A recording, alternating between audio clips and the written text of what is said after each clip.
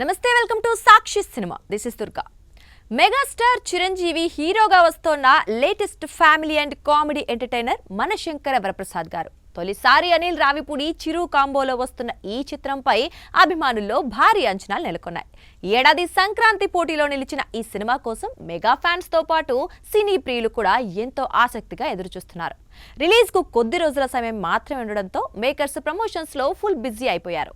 ఈ నేపథ్యంలో దర్శకుడు అనిల్ రావిపూడి తన నెక్స్ట్ టార్గెట్ ను బయటపెట్టాడు. రామ్ చరణ్ తో సినిమా చేయాలనే కోరికను ఆయన తాజాగా వెల్లడించారు.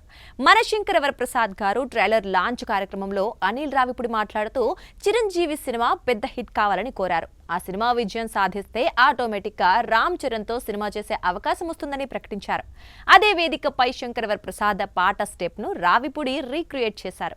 ట్రైలర్ ను మొదటగా రామ్ చరణ్ కే చూపించిన విషయాన్ని బయటపెట్టారు. మా యూనిట్ కాకుండా ట్రైలర్ చూసిన తొలి వ్యక్తి రామ్ చరణ్. చిరంజీవి గారి ఇంట్లో చరణ్ కు చూపించాం, చూసి అద్భుతంగా ఉందన్నారని ఆయన తెలిపారు.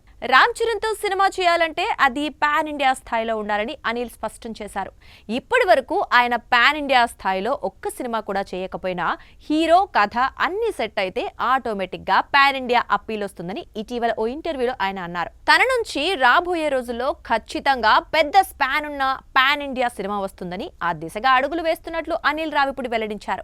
రామ్ చరణ్ తో సినిమా ఓకే చేసుకోవడం ద్వారా తనపై వస్తోన్న విమర్శలకు చెక్ పెట్టడంతో పాటు పాన్ ఇండియా డైరెక్టర్ హోదాను అందుకోవాలని ఆయన ప్రయత్నిస్తున్నారని సినీ విశ్లేషకులు అంటున్నారు. మొత్తానికి రామ్ చరణ్ తో అనిల్ సినిమా పాన్ ఇండియా స్థాయిలో రూపుదిద్దుకుంటే తెలుగు సినీ పరిశ్రమలో మరో భారీ ప్రాజెక్టుకు నాంది పలికినట్లే. సాక్షి టీవీ ప్రసారాలను నిలిపివేయడం చట్టరీత్యా నేరం. సాక్షి టీవీ ప్రసారాల కోసం మీ స్థానిక కేబుల్ ఆపరేటర్ని వెంటనే సంప్రదించండి. డిటిహెచ్లో, ఇంటర్నెట్లో కూడా సాక్షి టీవీ ప్రసారాలను వీక్షించవచ్చు.